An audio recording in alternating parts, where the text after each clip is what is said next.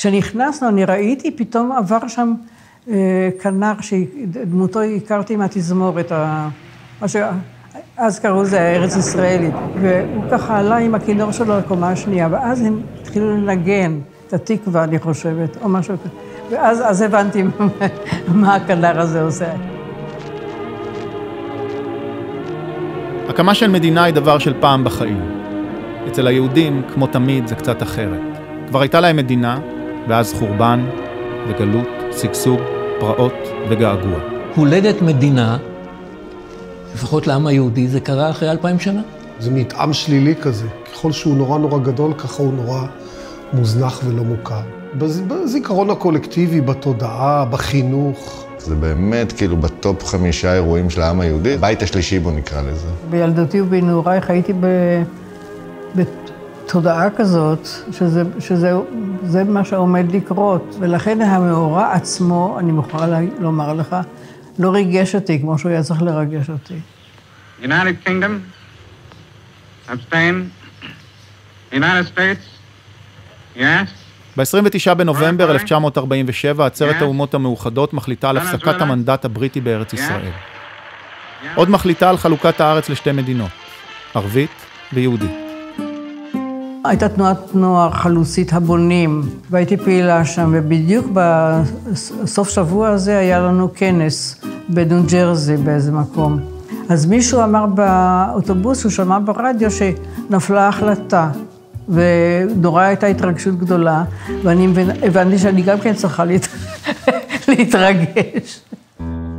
חודש לפני עזיבת הבריטים את הארץ, היישוב היהודי היה במלחמה נוראית.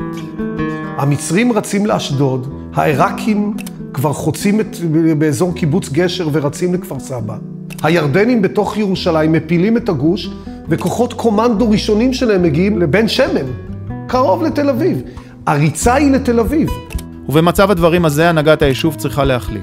האם להכריז על הקמת מדינה או לא? כינסו באפריל את הוועד הפועל הציוני, הביאו נציגים מכל העולם, קבעו שביום שיעזבו הבריטים את הארץ, שזה 15 במאי, תוקם המדינה ויהיו לה שני המוסדות העליונים האלה, הממשלה הזמנית ומועצת המדינה הזמנית. מועצת העם, שאחר כך נקראת מועצת המדינה הזמנית, הורכבה מ-37 נציגים של כל הגופים הפוליטיים.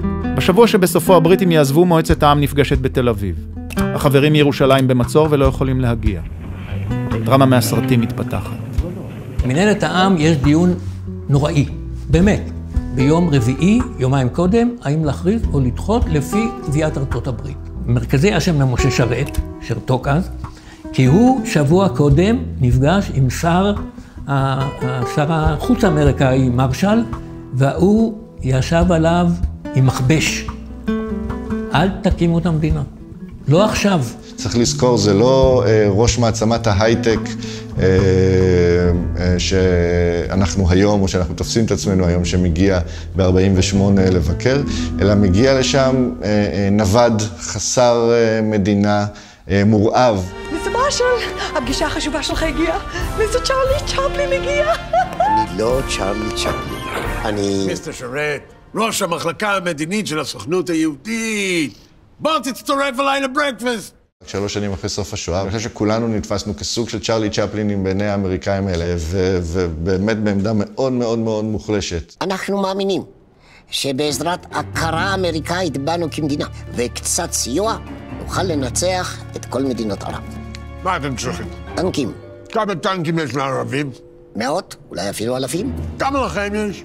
לנו יש את אהובה מהפלמ"ח, היא לא בדיוק טנק, אבל היא משוריינת במקומות הנכונים. ושרת, שבדרך כלל נחשב למתונים, אמר לו, 2000 שנה חיכינו. זה לא יחזור עוד פעם. נחזור לדרמה במועצת העם. 13 שעות דנים בזה. ומחליטים, כן, ברוב של 4 נגד 6. היום מתברר שזה קצת פיקציה. לא הייתה הצבעה. כמו שהיה מקובל במפא"י, עשו שם הצבעה ניסיונית. אם הייתה עכשיו הצבעה, איך היית מצביע? אז אתם רוצים להכריז על מדינה. אתם לוקחים בחשבון שזה יביא לפלישה של צבאות ערב. נכון. אבי אז בא ביום חמישי אחרי הצהריים, נתן לי דף נייר ועט, הוא הכתיב לי. זאת הייתה הגרסה שלו להכרזת העצמאות. נתן את זה למזכירה שלו בתל אביב, והיא הדפיסה את זה. הדף המודפס הוא העביר לבן גוריון. בן גוריון ישב עם, היו לו כמה גרסאות שישב מולן, ואז הוא ניסח את ההכרזה שלו. אז ברמה האנושית היו שם המון דברים מעניינים, המון סיפורים מאוד מעניינים. החל מבן גוריון ומצב רוחו ומצבו ערב ההכרזה, דרך כמובן היחסים שלו עם שרת, שהיו כל כך מורכבים.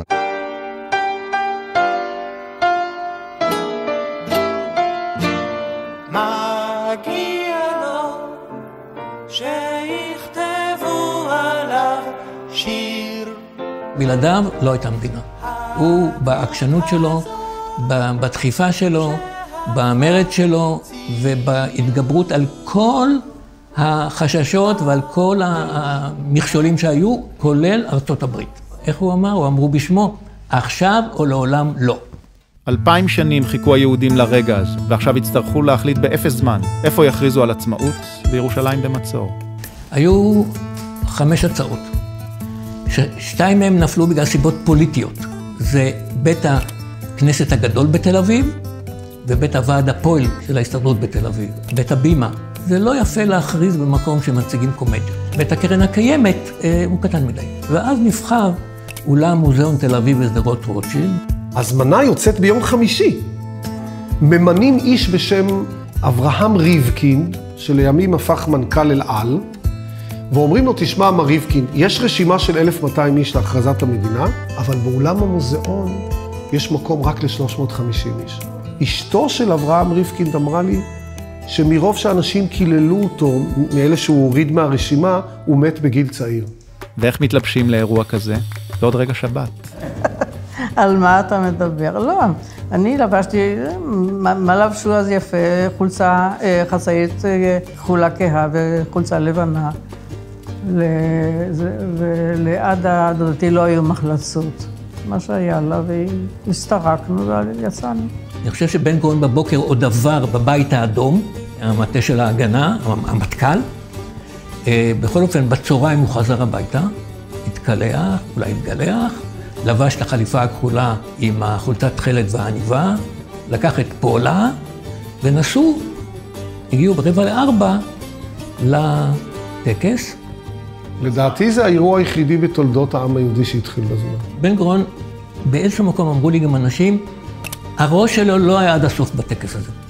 הוא היה באפשרות של פלישה מחר. לזכור שמדובר בבני אדם ולזכור שבן גוריון, כמי שמבין את גודל האחריות הבאמת עצומה שנופלת לו על הכתפיים, אין לי ספק שהבטן שלו התהפכה והתהפכה והתהפכה והתהפכה. אנחנו זקוקים למטוסים. כמה מטוסים יש לכם? ואל תחשיב את אביגדור מהפלמ"ח, הוא לא ממש מטוס, הוא יותר עפיפון. ללא אביגדור? לא. 0.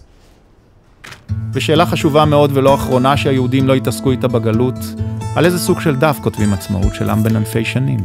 איש שעסק בזה, בכל העניין, חיפש בתל אביב קלף למגילה, אבל הוא מצא רק קלף חלקי, לא את הכל, ולכן חלק מהמגילה זה נייר אפור כזה של אהילים, ומי שיבדוק את המגילה היא מחוברת מכמה חלקים.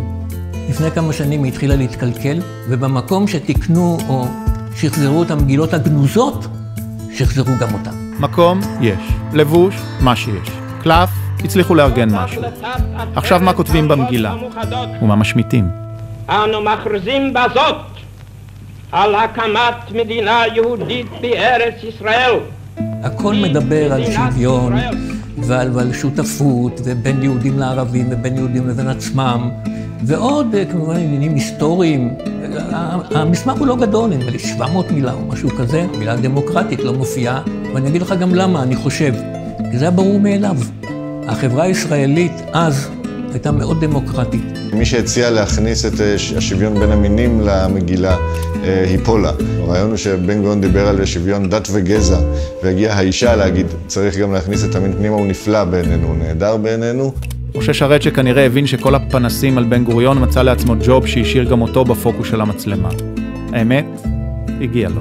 משה שרת, שניחס לעצמו את ניהול החתימה, אף אחד לא קבע, אבל לא.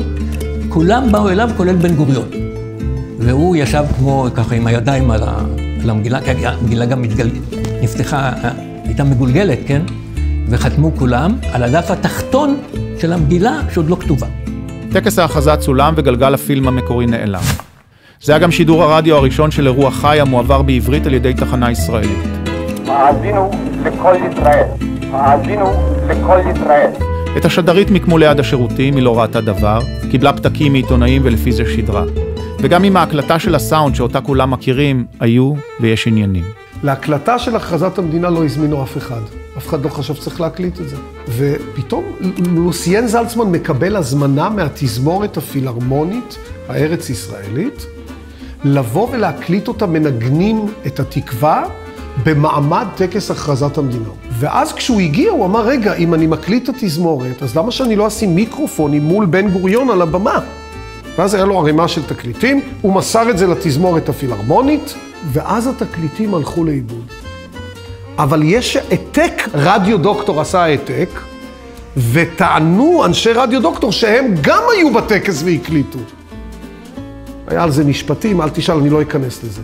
ברבות הימים, כשהתחילו לחשוב על השיפוץ של בית העצמאות, מצאו את אחד התקליטים במרתפים של התזמורת הפילהרמונית. ואז אמרו, רגע, זה נורא נורא עדין, שלחו את זה לחברה בשוויץ שתציל את החלק ששומעים את הנגינה של התקווה. הם עשו שם איזה טעות והרסו אותו, עכשיו אי אפשר לשמוע כלום.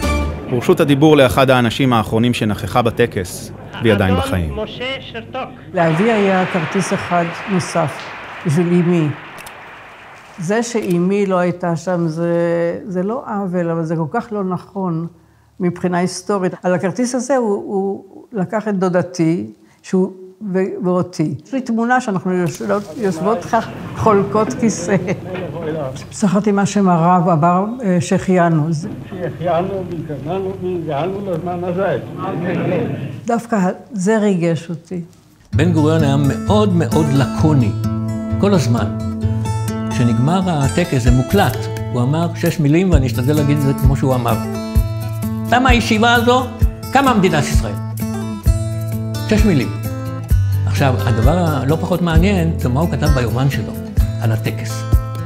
זה נדמה לי 12 מילים, ואני אכיר אותם בדיוק. 16:00 הוכרזה העצמאות היהודית והוקמה המדינה. גורלה בידי כוחות הביטחון. כיום בית העצמאות סגור, ושיפוצים כבר זמן רב. יש מכשול תקציבי ויש אינטרסים, ונסיים בדברים של גולדה מאיר שנכחה בטקס וחתמה על המגילה. שנזכור. אני, גולדה מייבוביץ' מאירסון, אני אחתום על מגילת העצמאות של העם היהודי ליד כל הענקים האלה? חשבתי על 6 מיליון איש שאינם יכולים להיות איתנו פה, והלב שלי נשבר. בשבילהם אנחנו איחרנו. אבל זה היה רק כשהרב פישמן ברך שהחיינו, וכל העולם בכה איתו. זה היה רק אז שאני תפסתי מה אנחנו עושים פה. הבאנו לעולם את המדינה היהודית. ישלם כל אחד מאיתנו ככל אשר ישלם. אנחנו עשינו את המעשה הזה, וזה לא מאוחר לדורות הבאים.